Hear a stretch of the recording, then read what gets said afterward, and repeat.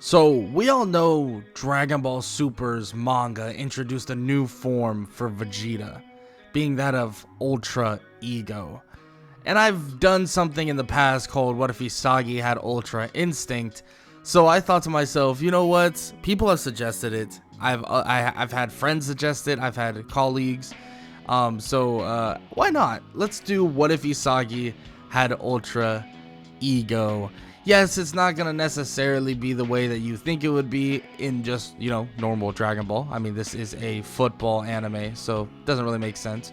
But with that said, I'm not going to waste much more of your time. Make sure to leave a like, leave a sub, leave a comment down below. If you're on Spotify, leave a follow and a 5-star rating, because let's get into part 1 of What If Isagi Had Ultra Ego. Let's get it. Isagi Yoichi is a star player on every field he steps on, but his play style is far different than many others. Some call him spectacular, some call him an absolute spectacle to watch, others call him a ball hog, a non-team player, someone that will never work well with other people, but maybe that makes him a great striker. Someone that only cares about his own goals, someone that has an ultra ego, someone that no doubt when he's playing for his high school team seeks out that goal. And it seems that the longer he has the ball in his hands, the better he gets throughout the game. Isagi would be playing against another amazing player by the name of Kira. Kira was a spectacular player, someone that is very, very good, and Japan actually knows this person pretty well. There's some people scattered around Japan that are seen as the next coming of kind of football in Japan. We have now obviously Saitoshi, who's already climbing the ranks and has a break to make his return. We have his little brother, and we have many others that are scattered around Japan that are known to be fierce, not only strikers, but players in general. But Isagi is on a whole nother level. Isagi's way of scoring is intriguing at the very least. Isagi would be racing down the field, ball in hand, or ball on foot technically, and he would be dodging in and out of every single person, easily getting by, and it seems like his speed, his strength begins to kind of excel more and more as he continues to hold on to the ball. And after he scores a goal, his very first goal of this game, it seemed as if Isagi's confidence, his ego, his strength, his speed, every aspect of him seems to be heightened even more. And his hunger to reach and get the ball back seems to be something of insane proportions as well. Because Isagi, once the ball is scored and once the ball is put in the possession of the other team, he begins hunting. He begins wanting to get that ball back, and he begins to run around the field like an absolute maniac looking for a steal. And eventually he would find it. He would take the ball himself and even have teammates wide open on the wings, and he would fake passes instead of passing it to them, and he would keep the ball and drive it right into the goal himself once again. Isagi is feeding off of his contact with the ball, feeding off of the fact that he scores goal after goal, and all that happens is he gets better and better. The more he scores, the more he has the ball in his play of hands, the more he has the ball in the vicinity of himself, the stronger, the faster, and the better he gets at the game of football. And it's obvious that there is no stopping him after he gets a full head of steam. There's no way Isagi will be stopped at all.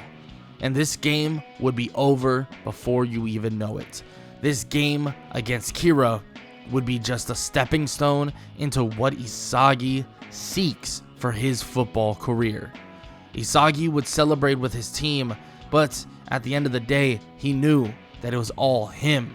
His primal urge to more or less excel at this game of football led him to this, and even his coach would call him the biggest egoist he's ever met, someone that has definitely an ultra ego, in which Isagi would shrug, not really minding too much of it, and he would leave home once again to get ready for whatever's to come, being that of nationals and whatever else camps he has to do.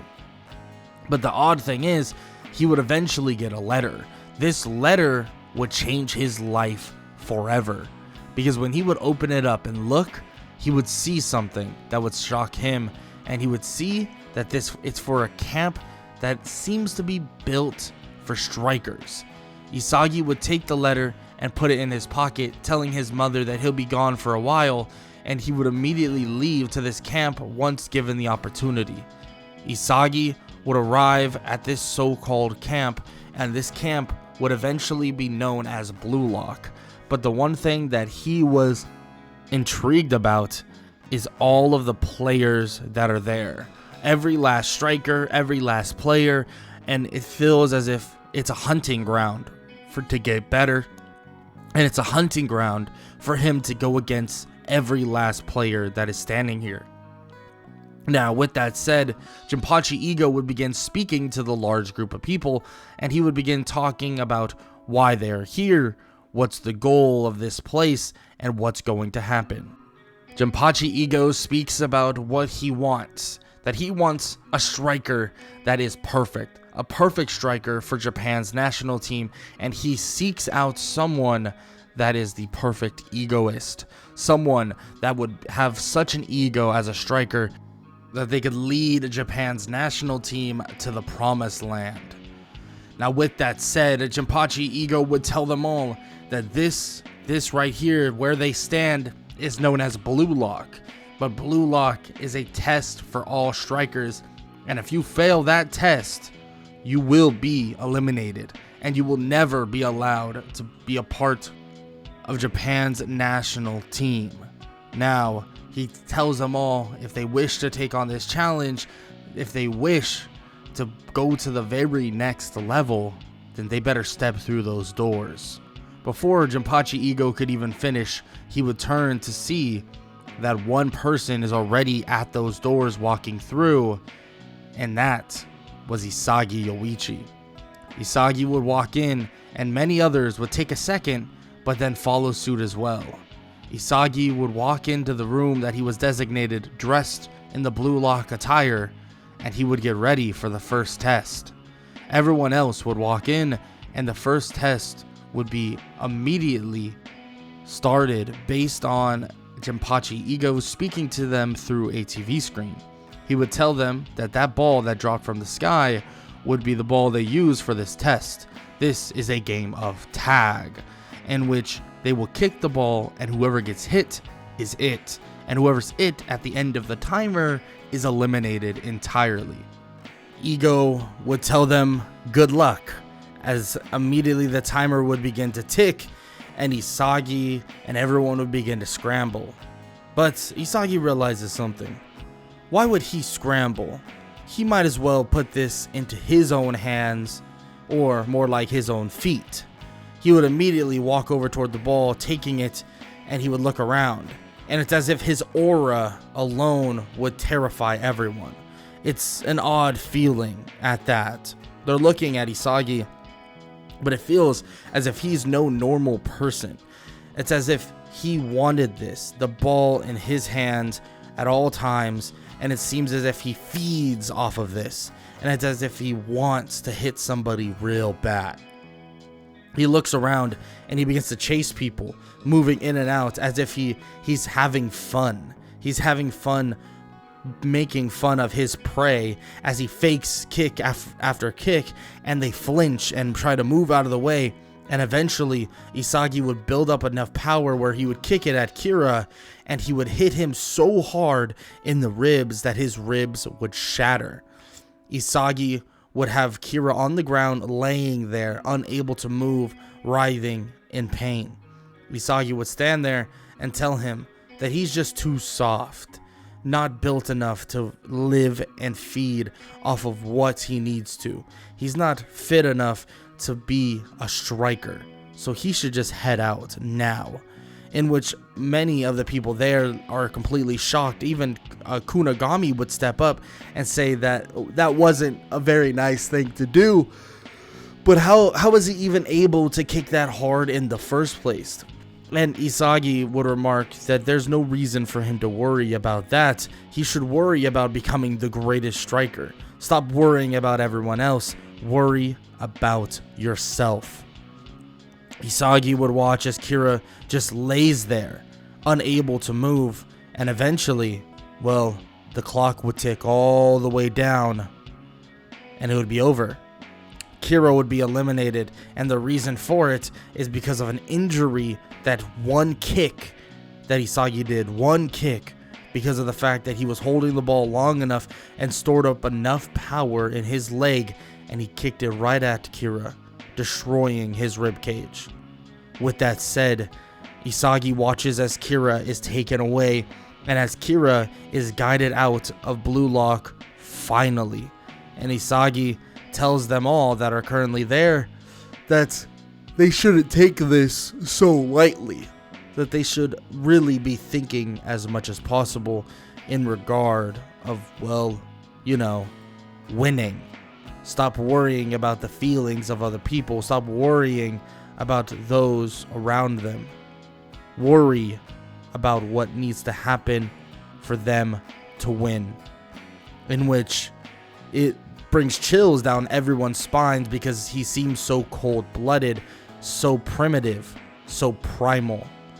And Isagi makes it known and obvious that, well, he has no friends here.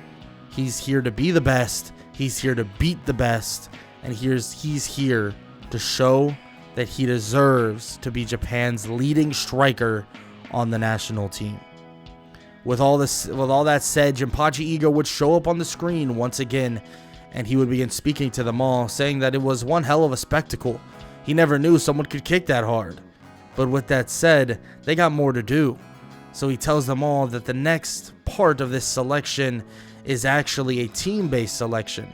Isagi would laugh at this and would think that this is ironic, very ironic, thinking that a team of full strikers could work together, but he likes the idea, in which Jinpachi Ego would go on about how football started all based on strikers, that every last person was a striker.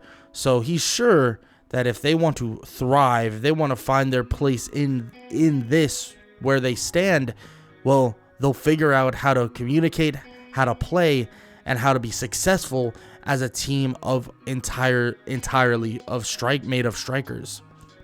In which Isagi finds this to be a bit entertaining, and he decides that they might as well try their best to figure it out.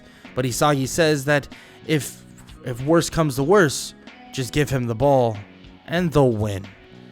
In which everybody would kind of be annoyed. They don't really like Isagi, but except for one person, the one by the name of Bachira.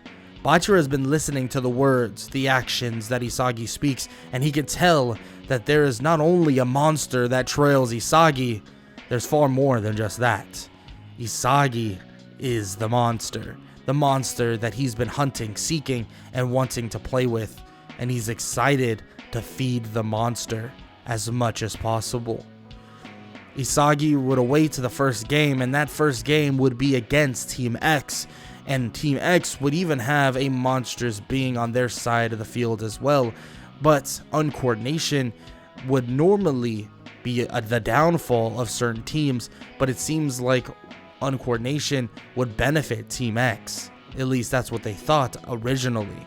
Because once they all try to fight over the ball, they all try to get the ball themselves, because they know if they score goals, they can be safe in the next round, even if their team loses. But when the ball would pop up and land in the lap of Shohei Bato, well, Bato would take off, thinking that the goal was imminent. He would easily get by this guy right here, right? Isagi would smirk as Bato would come toward him, and Bato would feel something he's never felt before, and that's doubt. Isagi would stand there in front of him. As he would try to flip the ball over him, Isagi would jump up higher than Bato could even expect, as Isagi would header it away from him and take the ball himself, nutmegging, dodging, juking, and just splitting the defense entirely. And his whole team would watch as he does this, and it would be a spectacle. It's as if he is feeding off of the people around him, and he's hunting for that goal. Even the goalie stands there ready to block the shot, but as the ball gets kicked directly at him, he would cower and move out of the way, as the ball itself would land in the back of the net, so powerful that it looked like it could have just threaded through the back of the net itself. Isagi would tell his team that if they want to win, feed him more, in which everyone would stand there in complete shock, except for Bachira. Bachira would laugh at this, and he would begin to get excited, saying that it's time to feed the monster. Why not? This should be fun. Isagi and his team would thrive off the chaos that Isagi is creating. Isagi would run around like a madman, as if he never gets tired, and he would immediately disrupt and just absolutely just destroy every bit of coordination that the other team tries to maintain. Shohei is a null factor. I mean, normally he's really impossible to guard to a certain extent, but right now he's as if he's just a little tiny puppy in the den of wolves. Shohei would get the ball stolen from him over and over again, and Bachira, every time he has the ball, would pass it up to the monster that is running down the sidelines, Isagi. Bachira would give him the ball over and over and over again, and he would smile as he watches Isagi destroy Team X on his own. And it seems like he's only getting better. He's only getting better throughout this entire game. In the beginning, he was good, but now he's great. And at the end of the game, he would be the best. Isagi would score goal after goal after goal after goal, racking up an utmost of 8 goals in one game. It would be insane what he was able to do, insane what he was able or was capable of, and he just demolished the team in front of him. After the game is over, Isagi would actually buy everyone food, actually having kind of like a gourmet feast because of how many goals he scored, and he made sure to treat everyone properly. They would all think that this is kind of out of character, but Isagi says that off the field, he will treat them with respect. They are his teammates. But when it comes to football, when it comes to them on the field game planning, they better get him the damn ball, unless they want to lose. Because at the end of the day, they're not scoring 8 goals in the next 3 games. No one person will. Good luck trying. Because guess what? Even if they end up losing, he'll go on through. But he tells them to not worry, because as long as they get him the ball, they won't lose. And at the end of the day, he doesn't like losing. So he'll make sure that they win every last game. And even after having a gourmet meal, a nice time, and some game planning, the game plan would be simple. The game plan would be the simplest thing you could think of. That's get Isagi the ball. Get him open, feed him, and let him take over the game.